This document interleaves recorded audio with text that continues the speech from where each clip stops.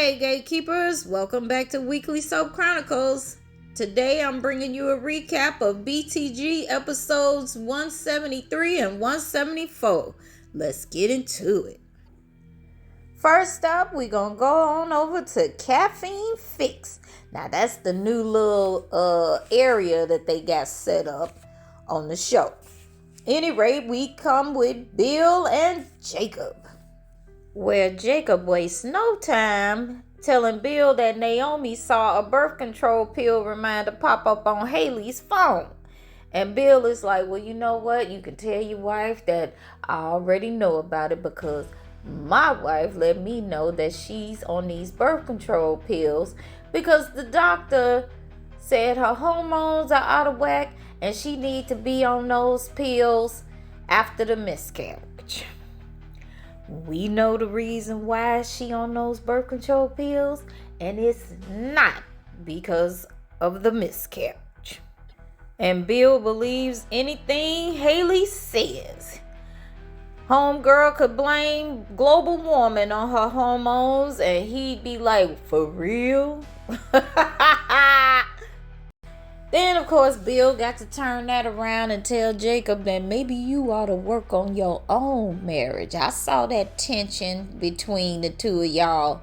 Well, we do have our issues, and we actually going through a rough patch right now. But he didn't go into detail as to why they were going through a rough patch. Now, Gatekeepers, y'all let me know. Should Jacob stay with Naomi or should he give Naomi the boot? Let me know in the comments. Then we move on to Kat and Haley. Now Kat sees Haley at the country club and she goes over to her and says, can you help me understand how a family stealing home wrecker thinks? And I'll help you climb the social ladder in Fairmont Crest. First off, Kat, I am not a home wrecker. I fell in love. So Kat really want to know how she can stop Eva from going after Tomas. And Haley tells her to fix the cracks in your relationship before Eva can slip through them. Now, why did Kat go ask Haley for advice of all people? Well, I think one, because Haley is a homewrecker because she broke up Bill and Danny. But I think she went to her as well because she the only one in town that doesn't feel one way or the other about Eva. When everybody else is, leave Eva alone. Give her a chance. She is your sister. You know what I'm saying? And Kat is not on that time. Anyway, still at the club, Kat meets up with Tomas and tries that whole let's get back on track approach. She promises to actually deal with her Eva issues, including talking to her mom about it. Tomas loves this, and he lights up like a Christmas tree. Ugh. Tomas is the worst. I don't care what nobody say. Then he drops the line of the day that he's fully recovered from their little mishap in the bedroom. And, of course, he and Kat decide to go celebrate. All right. Because, of course, now the bang bang is banging. All of a sudden, I still don't understand how. What happened? Y'all let me know what y'all think the reason why all of a sudden the bang bang is so good and they just can't get enough of each other. Ugh.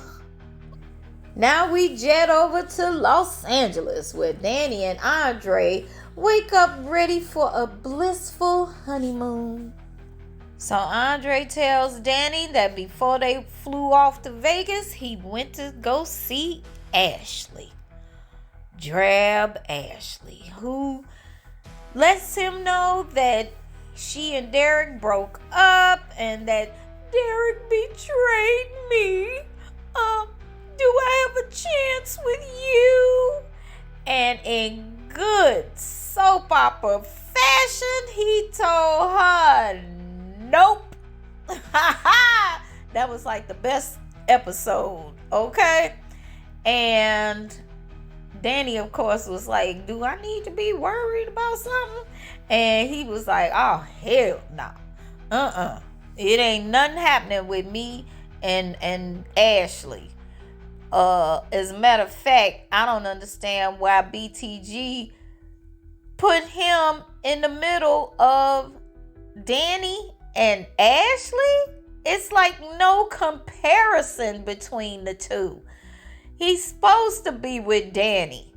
Any rate, that little scene, and then they ended up saying to each other that they wanted to get each other some rings.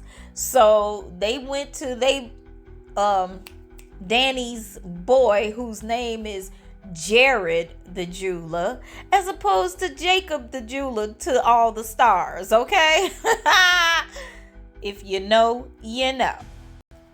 So they gonna get some real wedding rings, and then I think their connection is getting deeper and deeper, which I love to see, because at this point, Danny and Andre are my favorite couple. Y'all let me know what y'all think about Danny and Andre. Then we move over to Orphans, where Leslie tells Eva that Anita has entrusted her with sending out the Winterfest invitations. Does anybody really believe that exactly? Okay. Any rate, Jan and Mona come in, and Mona is like, I don't even know why you befriended her, because I don't like her and I ain't never gonna be her friend no more. Leslie Eves is over, and she, ladies, I'm going to invite you guys to the Winterfest. And Jan was super excited because she had never been to Winterfest. She tried to invite Mona, and Mona was like, I'm already going, so you ain't got to give me nothing. Okay? At the end of the conversation, Mona was like, I still don't like you, and get away from us. And then when Leslie was going through the invitations, one of the invitations was to Anastasia. You know, she was the one that confronted Vanessa and Joey at the club. Well, Anastasia will not be getting an invitation. So what y'all think is going to happen at this Winterfest? When people get there and it's not the crowd that they thought, because Leslie gonna invite who she want to invite instead of the people that always come all the time. Boy, I tell you. Now back at the country club, we got Jacob and Isaiah, and Jacob warns Isaiah that Eva might not be someone he should trust, because of course the Eva, Tomas, and Cat triangular situation. But while Jacob is worried about Eva, Haley is laser focused on Isaiah. And the second he's alone, she struts over there like she's auditioning for the Real Housewives of Fairmont Crest. And she lays on the flirty charm. Hey, how you doing? She says they both need friends. He agrees. But, ooh, the way she was looking at him like she want much more. Now, why they trying to make her push up on Isaiah so hard, I don't know. Okay? Now, here's my theory. I think that once she becomes $10 million richer from the life insurance policy after she bumps Bill off, then she can go head on and be free and date, whoever she want to date. Maybe that's why they doing it. I don't know. But at any rate, Randy ended up calling her, and Randy says, hey, Joey is getting suspicious. We need to step up that plan to get rid of Bill. So Haley switched from flirt mode to murder plot mode real fast. Later, Isaiah heads to Orphe Jean's and chats with Eva, and the two decide to head somewhere more private. And Gatekeepers, you know what that means. And that's a wrap on episode 173. Let me know your theories below. Is Haley really about to move forward with the Bill plan? Yes. Is Kat actually ready to change? Not really, because later on this week, she gonna be talking to Eva, talking about, I wish you was never born. Ooh, that's cold. Okay. And what on earth? Oh, wait a minute. One more thing. I forgot to mention that at the very end of the episode, Leslie gets a call from Peaches and says, what's wrong? And that's how the episode ends. So, what on earth did Peaches call Leslie about? Drop your thoughts in the comments below. We moving on to episode 174. We open up the episode with Shanice and Ted catching up. Cute, flirty, very hospital crush energy, okay? But then, boom, Hurricane Leslie enters the chat. She sees them kind of talking to each other, and of course, she instantly gets an attitude. So we know that any woman that looked like she looking at Ted, having a conversation with Ted, if Leslie see it, they gonna have problems. Leslie sees them looking cozy, and instantly her jealousy switch flips like a cheap light fixture. She goes from icy to there's something wrong with Peaches, and she falls into Ted's arms. Ooh, girl. Like she auditioning for a daytime Emmy. Ted calms her down and heads off to check on a patient. And the second he's out of sight, Leslie drops the tears like they were on loan. And she is instantly rude to Shanice and Peaches' doctor. Just rude for sport. Shanice calmly reminds Leslie that Peaches is in excellent hands. But Leslie says, if I wanted your advice, I'd ask you for it. And of course, Shanice is like, excuse me? Shanice calls Dr. Wilkes to come and talk to Leslie. And Leslie storms up in her face like she's about to square up in the parking lot. You know, 3 o'clock after school. Shanice turns away, trying to keep it classy, but Leslie keeps poking the bear. Shanice hopes Peaches will be okay, and Leslie again is in her face, bragging about how much money she paid the hospital to buy respect. And Shanice says, no one buys me, and you better stop clowning my staff. Dr. Wilkes enters and instantly regrets his life choices because Leslie is questioning his credentials like she runs the medical board. She's convinced she knows more than the professional doctor treating Peaches. She wants VIP service, third opinions, presidential treatment, the whole 9. Then Shanice drops another gem. You know, lashing out at the people taking care of Peaches is not the move. That's like spitting on the waiter before he gets your order. Okay? Leslie responds by basically vowing to get Shanice fired. Shanice shrugs and was like, girl, get in line. Okay? Later, Ted and Shanice have another close moment. She asks him what he ever saw in Leslie, and honestly, we are wondering too, because she is just doing too much. Now, gatekeepers, y'all let me know what y'all think of a Ted and Shanice relationship. Y'all think that'll work or not? I think it'll be kind of cool if Ted and Shanice got together, you know? But y'all let me know what y'all think.